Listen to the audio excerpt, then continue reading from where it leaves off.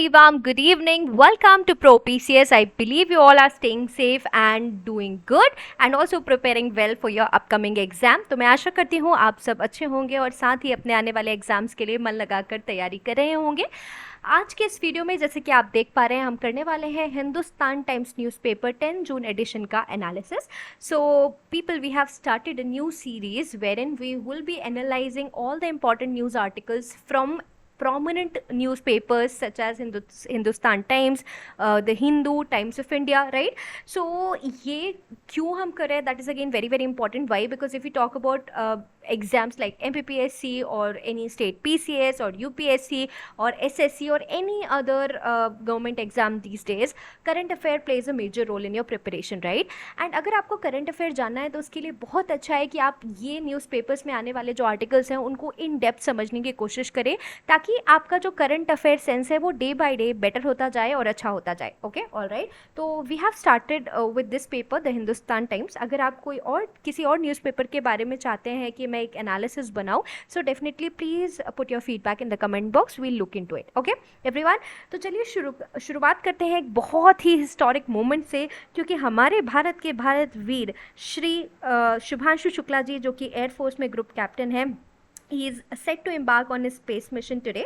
And you know what, it is India's return to the space flight after 40 years. मतलब पूरे के पूरे 40 साल बाद अगर हम इंडिया की बात करें तो इंडिया ने ह्यूमन स्पेस फ्लाइट में अपना कंट्रीब्यूशन दिया है. ऑन दी अदर हैंड अगर हम वेस्ट बंगाल के बारे में बात करें तो वहाँ से आती हुई खबर ये है कि वहाँ के सारे स्टूडेंट्स वेस्ट बंगाल JEE 2025 के रिजल्ट का इंतज़ार कर रहे हैं, जो बहुत ही जल्दी रिलीज़ होने वाला है. Okay, alright. सो ये तो थी कुछ ज़रूरी और ताज़ा खबरें. चलिए अब एनालिसिस कर लेते हैं the Hindustan Times 10th June edition newspaper. Okay, alright. तो चलिए आगे बढ़ते हैं.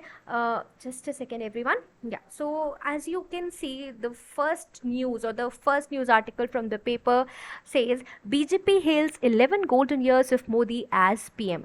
So if I take the excerpts from the article itself, it says 11 years of Modi government marked a transformation in government politics and national security. If we talk about the prominent leader or the chief of BJP, JP Nadda sir, he has highlighted the performance driven politics, transparency and economic discipline. If we talk about our eminent home minister Mr. Amit Shah, he has emphasized India's proactive stance against terrorism and the decline of Naxalism. If we talk about this news article, it also talks about Operation Sindoor and how that particular operation showcased India's decisive response to the threat. If we talk about this article, NDA affirms its commitment to continuing governance while the opposition faced criticism. तो चलिए ये तो एग्जर्प्ट्स थे हमारे article से, right. अब इसे बहुत ही आसान से शब्दों में समझ लेने की कोशिश करते हैं. तो अगर आप इस आर्टिकल को देखें तो आप ये समझ पा रहे होंगे कि मोदी गवर्नमेंट जो है उन्होंने अपने 11 साल कंप्लीट कर लिए हैं. और अगर हम इस आर्टिकल की बात माने और इस आर्टिकल को देखें तो ये आर्टिकल कह रहा है कि अगर हम गवर्नेंस की बात करते हैं, पॉलिटिक्स की बात करते हैं, नेशनल सिक्योरिटी की बात करते हैं, तो ये वो एरियाज़ हैं जहाँ पे मोदी गवर्नमेंट एक ट्रांसफॉर्मेशन लेके आई है. प्रोमिनेंट लीडर्स जो हैं पार्टी के, जैसे JP नड्डा जी और अमित शाह जी, उन्होंने जो ये 11 इयर्स थे मोदी गवर्नमेंट के, उनमें जो ओवरऑल परफॉर्मेंस है वो कैसे इम्प्रूव हुई है, गवर्नेंस जो है वो कैसे इम्प्रूव हुई है, पॉलिटिक्स में क्या क्या नए एडवांसमेंट्स हुए हैं, इकोनॉमिक डिसिप्लिन कैसे इंडिया में आया है, वो इन सारे जो पॉइंट्स हैं उन पर अपनी बात रखी. And if you talk about this particular news article, ये ऑपरेशन सिंदूर जो है उसके बारे में भी बात करता है. और साथ ही NDA पूरे देश को ये अफर्म करना चाहता है दैट वो ये एक जो आइडियल गवर्नेंस का सिस्टम मोदी गवर्नमेंट चाह रही है मेंटेन करना, वो इसे कंटिन्यू करने की पूरी कोशिश करेंगे. Okay, alright. So what is very important from this particular news article, अगर हम एग्जाम पॉइंट ऑफ व्यू से देखें तो इस पर्टिकुलर न्यूज़ आर्टिकल से हमारे लिए क्या इंपॉर्टेंट है, the 11 years of Modi government, और उसमें कौन कौन से की एस्पेक्ट्स है जहाँ पर एक ट्रांसफॉर्मेशन देखने के लिए मिला है. तो please have a note of these 3 words. Okay, governance, politics and national security. Okay, ये तीनों चीज़ें आपके लिए याद रखनी बहुत ज़्यादा ज़रूरी हैं. Okay, alright. So yes, let's proceed further and let's move to the next news article from the paper. So if you see, ये वाला आर्टिकल बहुत ज़्यादा इंपॉर्टेंट है. If we talk about the about this particular article. It says Lieutenant General Rajiv Ghai is Deputy Chief of Army. If we talk about Lieutenant General Rajiv Ghai, so excerpts from the articles are Lieutenant General Rajiv Ghai is the key figure in Operation Sindoor and was promoted to is promoted to Deputy Chief of Army Staff Strategy while continuing as DGMO. And if we talk about Lieutenant General Rajiv Ghai, तो उन्होंने अभी जो recently operation सिंदूर हमें देखने के लिए मिला था आफ्टर द पहलगाम अटैक, तो उसमें जो मीडिया ब्रीफिंग्स थी उनको भी लीड किया था. ओके, एंड इसके साथ साथ अगर हम उनके नए रोल के बारे में बात करें, he is now the deputy chief of army. Okay, that is if you talk about lieutenant general Rajiv Ghai, हम अगर उनके बैकग्राउंड के बारे में बात करें तो याद रखिए कि उन्हें उत्तम युद्ध सेवा मेडल मिला था for his distinguished service as 15 corps commander. And साथ ही साथ if you talk about the present role or the upcoming roles of the Deputy Chief of Army Staff Lieutenant General Rajiv Ghai sir, तो अब उनके new roles में military operations होंगे, intelligence होगी, strategic planning होगी और साथ साथ में इंफॉर्मेशन वॉरफेयर भी होगा. तो याद रखिए कि कौन सा medal lieutenant general Rajiv Ghai sir को मिला है. दूसरी बात ये है कि उनका अभी जो रिसेंट अपॉइंटमेंट हुआ है उस पर्टिकुलर पोस्ट का क्या नाम है. So he has been recently appointed as deputy chief of army staff. ठीक है, साथ ही साथ ये बात भी आपको बहुत ज़्यादा याद रखनी है कि पहलगाम अटैक के बाद जो ऑपरेशन सिंदूर हुआ था उसमें जो मीडिया ब्रीफिंग्स थी उसको इन्होंने ही लीड किया था. ठीक है, साथ ही साथ उनके नए रोल में अभी क्या क्या होने वाला है, तो military operations, intelligence, strategic planning and information warfare. Okay, all right. So yeah everyone, let's proceed further. I believe we are clear with this particular news as well. ठीक है, तो हम अब तक दो न्यूज़ आर्टिकल्स जो कि बहुत ज़्यादा इंपॉर्टेंट थे आपके एग्जाम्स पर्सपेक्टिव से उन्हें डिस्कस कर चुके हैं. Let's move to the third news article. So if you talk about this particular news article, it says MHA releases ₹25 crore for damaged houses.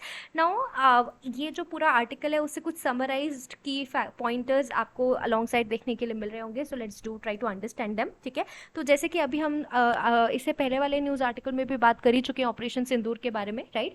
तो ऑपरेशन सिंदूर जब हो रहा था तो if you talk about a lot of people, okay, जो border areas में रह रहे थे उन्हें अपना घर खोना पड़ा. उनके घर जो है वो बहुत ही बुरी तरह क्षतिग्रस्त हो गए, बहुत बुरी तरह डैमेज हो गए. तो उसके लिए MHA ने एक फ़ंड रिलीज़ किया है. Okay, alright. Now what is the amount of that fund, ये बहुत ज़्यादा इंपॉर्टेंट है बिकॉज ये ऑपरेशन सिंदूर से एसोसिएटेड क्वेश्चन हो सकता है. ठीक है, सो MHA हैज़ रिलीज 25 करोड़. कितने करोड़ रुपीज़ हैं, कितने करोड़ रुपीज़ हैं, 25 करोड़. ठीक है, अभी ये है किसके लिए, for the repair of 2060 houses which are damaged in Pakistan shelling post Operation Sindoor. ठीक है, अभी याद रखिए कि if we talk about this particular 25 crore release, तो इसके अलावा याद रखिए कि जो completely damaged houses होंगे उनके लिए 2 लाख रुपीज़. ये बहुत ज़्यादा इंपॉर्टेंट है आपके कॉम्पिटिटिव एग्जाम पर्सपेक्टिव से because this is something which is associated to operation Sindoor. ठीक है, तो जो ऐसे घर हैं जो कम्प्लीटली डैमेज हो चुके हैं उनके लिए additional aid of ₹2 lakhs will be provided. ठीक है, जो पार्शली डैमेज्ड हाउसेज हैं, पार्शली डैमेज्ड हाउसेज के लिए ₹1 लाख. ओके, एंड साथ साथ में वो स्पेसिफिकली वो हाउसेस जो पंजाब के बॉर्डर एरियाज़ में है, ठीक है, उनको एडिशनल एड 2 लाख रुपीज़ की कम्प्लीटली डैमेज हाउसेस के लिए और साथ ही साथ 1 लाख रुपए for partially damaged houses. Okay, all right. Now see if you talk about this operation Sindoor, as you can clearly see from the news article itself that the cross border shelling led to evacuation of 3.25 lakh people with 15,000 sheltered in relief centers. And yes, if we talk about the government response, it deployed 394 ambulances, 2,818 civil defense volunteers who are continuously ensuring food, health care and essential supplies. Okay, now one more very important update over here, very important update. Now why we are talking about this particular update over here, okay, because it is something related to the related to Srinagar. Okay, all right. So if we talk about this Chenab railway bridge, please have a note of it. So this Chenab railway bridge is inaugurated. Okay, all right. And this inauguration marks for the completion of Udham Srinagar Baramulla rail link. Please have a note of it that if we talk about 10th June, this news is there from 10th June, right? All right. So recently, Chenab Railway Bridge is also inaugurated. Okay, which has marked the completion of Udham Shri Nagar Barmula rail link project. Okay, all right. So this news again is very very important. मैंने पहले ही आपको कहा कि क्योंकि ये operation सिंदूर से related है, ये आपके एग्जाम पॉइंट ऑफ व्यू से बहुत ज़्यादा इंपॉर्टेंट हो जाती है. And towards the end of this month हम आज से लेकर इस मंथ एंड तक जितने भी न्यूज़पेपर एनालिसिस करेंगे उन पे बेस्ड एक क्विक एमसीक्यू वीडियो भी आपको देखने के लिए मिलेगा, जहाँ पे आप रिवाइज कर पाएंगे वो सारे इंपॉर्टेंट फैक्ट्स और अपडेट्स जो हमने इस पूरे मंथ में न्यूज़पेपर एनालिसिस से कलेक्ट किए हैं. ओके, और या डिस्कस किए हैं न्यूज़पेपर एनालिसिस के बेसिस पे. ठीक है, तो चलिए आगे बढ़ते हैं towards the next highlight from the paper. See, EAM discusses bilateral ties with Belgian minister. Now EAM is the external affair minister, Mr. S Jaishankar sir. Okay, so now everyone please do try to understand. यहाँ से आपको एक चीज़ तो पता ही होगी. I believe if you are preparing for any exam, आपको यहाँ अब ये बात पता होगी that external affair, who is your external affair minister, who is the external affair minister for India. So it is Sir S Jaishankar. Please have a note of it. अगर आपको अभी तक नहीं पता था, no problem. Okay, you can start today. तो आपके जो एक्सटर्नल अफेयर मिनिस्टर हैं वो हैं Shri S Jaishankar ji. And do try to understand one thing which is very very important यहाँ पर, कि आफ्टर ऑपरेशन सिंदूर जो अभी हुआ है, ठीक है, उसके बाद ये मीटिंग हुई है. और ये मीटिंग किसके साथ हुई है? Belgian counterpart of mister S Jaishankar. इसका मतलब क्या, जो बेल्जियम के एक्सटर्नल अफेयर मिनिस्टर हैं, mister, if you talk about the external affair minister of Belgium, that is Maxime Prevot, उनके साथ ये मीटिंग हुई है Indian external affair minister mister S Jaishankar ji की. And if you talk about this particular meeting, तो वहाँ पे मेजर जो कन्वर्सेशंस हुए हैं, it covered the bilateral cooperation in trade, investment and security. Do try to understand this. These points are very very very important. Now आपसे exam में क्या question पूछ लिया जाएगा कि रिसेंटली जो एक्सटर्नल अफेयर्स मिनिस्ट्री है इंडिया की, उसकी मीटिंग कौन से कंट्री के एक्सटर्नल अफेयर मिनिस्टर के साथ हुई थी? So it will be Belgium. ठीक है, what is the name of the EAM of Belgium? It is Maxime Prevot. Okay, alright. Now जो पर्टिकुलर मीटिंग हुई थी उसमें मेजर एरियाज ऑफ डिस्कशन क्या क्या थे? So it was bilateral cooperation in trade, investment and security. Okay, now जो श्री जयशंकर जी हैं वो एक वीक लॉन्ग ट्रिप पर हैं यूरोप के. ठीक है, और सबसे पहले जो उनकी मीटिंग हुई है वो बेल्जियम में जाकर हुई है. So it was his first stop. ठीक है, तो याद रखिए कि जो EAM है वो अभी एक वीक लंबे यूरोप विजिट पर हैं, और सबसे पहले जो मीटिंग हुई है उनकी वो हुई है बेल्जियम के external affair minister Maxime Prevot के साथ. ठीक है, ऑलराइट. तो चलिए आगे बढ़ते हैं. This was about this particular news. ठीक है, तो ये सारे की फैक्टर्स और की पॉइंटर्स आपको याद रखने हैं. कौन से स्पेसिफिक सब्जेक्ट्स पर डिस्कशन हुआ ये भी आपके लिए जानना बहुत ज़्यादा ज़रूरी है. Okay, now let's proceed further to again a very very important news article from the paper. Speedy clearance expected in Sawalkot hydro project. Now what this is about, this is very very important thing. ठीक है, सो अभी हमने देखा था कि Chenab river पर एक new bridge है, उसका इनाग्रेशन हो गया है. ठीक है, तो see, do try to understand over here कि ये बहुत ज़्यादा इंपॉर्टेंट हो जाता है. Alright, so if you talk about the Sawalkot hydro power project, ठीक है, ये कौन से रिवर पर बन रहा है ये आपके लिए जानना बहुत ज़्यादा ज़रूरी है. चेनाब रिवर पर बन रहा है. ठीक है, ये कितने अमाउंट से बन रहा है? ₹22,700 crore. ओके, सो जो एस्टिमेटेड बजट है, ठीक है, इसके लिए, alright, it is 22,700 crore rupees. Okay, and if we talk about this particular project, this project is expected to begin next year. मतलब ऐसा लग रहा है कि ये next year इसका काम जो है वो शुरू हो जाएगा. ठीक है, अभी ये प्रोजेक्ट इंपॉर्टेंट क्यों है? ये बहुत ज़्यादा इंपॉर्टेंट बात हो जाती है हमारे लिए जाना. So this project is important. Why? Because it is aiming to generate 1,856 megawatt of electricity, which is part of 4 hydroelectric projects in Jammu and Kashmir. Okay, तो इसके लिए ये जो आपका प्रोजेक्ट है वो बहुत ज़्यादा इंपॉर्टेंट हो जाता है. Why? Because from this project we are going to get 1,856 megawatt of electricity. ठीक है, और ये जो जम्मू एंड कश्मीर में बन रहे हैं 4 हाइड्रो इलेक्ट्रिक प्रोजेक्ट्स हैं, उनका एक पार्ट है, इसलिए ये बहुत ज़्यादा इंपॉर्टेंट हो जाता है. Okay, alright. नाउ ये क्यों और भी ज़्यादा इंपॉर्टेंट हो जाता है, बिकॉज ये जो डैम प्रोजेक्ट है ये इरिगेशन बेनिफिट्स प्रोवाइड करेगा सराउंडिंग डिस्ट्रिक्ट्स को, ठीक है। कौन से रिवर पर बन रहा है? चिनाब रिवर पर बन रहा है। एस्टिमेटेड बजट क्या है? 22,700 करोड़। ये बहुत ज़्यादा इंपॉर्टेंट हो जाता है, ठीक है, ऑलराइट। अभी देखिए, I have already mention expected to begin the next year, ठीक है। तो उसके लिए अभी हमारी जो गवर्नमेंट है वो क्या क्या कर रही है, लेट्स ट्राई टू अंडरस्टैंड। सो आपका जो NHPC है उन्होंने एक प्रोजेक्ट रिपोर्ट प्रिपेयर की है।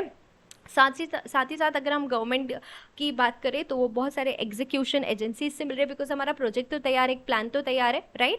बट हमें एक एग्जीक्यूशन पार्टनर की भी बहुत ज़्यादा ज़रूरत होगी, और because it is a JNK based project, right. तो वहाँ के जो लोकल एग्जीक्यूशन पार्टनर्स होंगे उनकी भी पार्टिसिपेशन की बहुत ज़्यादा ज़रूरत होगी। So government is considering execution agencies with JNK seeking participation via joint venture. And one more very very important, ठीक है। तो अगर हम एनवायरमेंटल क्लियरेंस प्रोसेस के बारे में बात करें, because it's a very big project, ठीक है। तो अगर कोई भी, आप, I believe you people are aware कि अगर हम कोई भी किसी भी हाइड्रो प्रोजेक्ट के बारे में बात करें तो उसके लिए एनवायरमेंटल क्लियरेंस रिपोर्ट का होना बहुत ज़्यादा ज़रूरी होता है, right. So the environmental clearance process इस पर्टिकुलर डैम के लिए, इस particular, sorry not dam, the hydro project, so ये इस पर्टिकुलर हाइड्रो पावर प्रोजेक्ट के लिए जो एनवायरमेंटल क्लियरेंस प्रोसेस थी वो ऑलरेडी 2021 में स्टार्ट हो गई थी, ठीक है। और ये वाला जो if you talk about the year 2025, right, तो इसका स्टेज 1 जो है वो हो सकता है बहुत जल्दी अप्रूव हो जाए, अभी तक हुआ नहीं है, ओके। हो सकता है ये बहुत जल्दी अप्रूव हो जाए। तो आपको क्या क्या याद रखना है, that the Sawalkot hydro power project is based on Chenab river, okay. Total जो बजट है एक्सपेक्टेड क्या है? 22,700 crore, okay. It is expected to begin the next year, ठीक है। साथ ही साथ इस पर्टिकुलर प्रोजेक्ट के लिए रिपोर्ट किसने प्रिपेयर की है? NHPC ने प्रिपेयर की है। कितना मेगावाट ऑफ इलेक्ट्रिसिटी जनरेट करेगा? 1,856, एंड इरिगेशन बेनिफिट्स भी देगा सराउंडिंग डिस्ट्रिक्ट्स को। साथ ही साथ जो एनवायरमेंटल क्लियरेंस प्रोसेस इस पर्टिकुलर प्रोजेक्ट के लिए स्टार्ट हुई थी 2021 में, उसका स्टेज 1 भी बहुत जल्दी पूरा होने वाला है या अप्रूव होने वाला है, अभी तक हुआ नहीं है, ये आपको पता होना चाहिए, ठीक है। तो I believe you are clear with this news as well. चलिए आगे बढ़ते हैं। So now let's talk about something related to sports, okay. ये these are the news articles which are related to sports, and I want you to know, because ये जो particular articles है वो मुझे लगे कि आपके एग्जाम पॉइंट ऑफ व्यू से बहुत ज़्यादा ही इंपॉर्टेंट है, ठीक है। तो सबसे पहले तो याद रखिए कि हम सबसे पहले बात करें FIH प्रो लीग की, ठीक है। तो अगर हम FIH प्रो लीग के बारे में बात करें तो यहाँ पर चल रहा है एक hockey battle, okay, alright. So FIH pro league जो है it is associated to hockey. सबसे पहले ये बात आपके लिए जान लेनी ज़रूरी है, आपसे एग्जामिनर जो है वो ये क्वेश्चन पूछ सकता है, ठीक है। तो इसके लिए आपको ये पता होना चाहिए कि if we talk about this FIH pro league, FIH pro league, ठीक है। तो if you talk about this FIH pro league, it is associated to hockey, ठीक है। और if you talk about the European leg of this FIH pro league, तो यहाँ पर India की जो टीम है it has lost by 2-3 okay to the Netherland. इसका मतलब है कि ये जो आपका यूरोपियन लेग था, ओके, FIH प्रो लीग का, उसमें विनर रहा है नीदरलैंड की team, okay, alright. And the score was 2-3. 2 was from India and 3 was from Netherlands. Okay. Now, if you talk about the top Indian scorer, it was Abhishek, who has if we talk about Abhishek, so Abhishek scored in the 20th minute, and if we talk about Jugraj Singh, so he has converted the team's 9th penalty corner in the 54th minute, ठीक है। तो ये दोनों नाम आपके लिए जान लेने बहुत ज़्यादा ज़रूरी है, इस प्रो लीग के बारे में जान लेना बहुत ज़्यादा ज़रूरी है। So FIH pro league is associated to hockey, ठीक है, ऑलराइट। और यूरोपियन लेग में हमारी टीम जो है वो नीदरलैंड की टीम से हार गई है, okay, alright. Now comes the news about everyone's favorite Mr. MS Dhoni. I can say I should rather say Sir MS Dhoni. तो याद रखिए कि जो महेंद्र सिंह धोनी जी हैं उनको ICC हॉल ऑफ फेम 2025 में इंडक्ट किया गया है, along with Matthew Hayden, Hashim Amla, Graeme Smith, Daniel Vettori, Sana Mir and सरा टेलर, ओके। सो ये बहुत ज़्यादा इंपॉर्टेंट अपडेट हो जाता है, ठीक है, alright, coming from ICC hall of fame.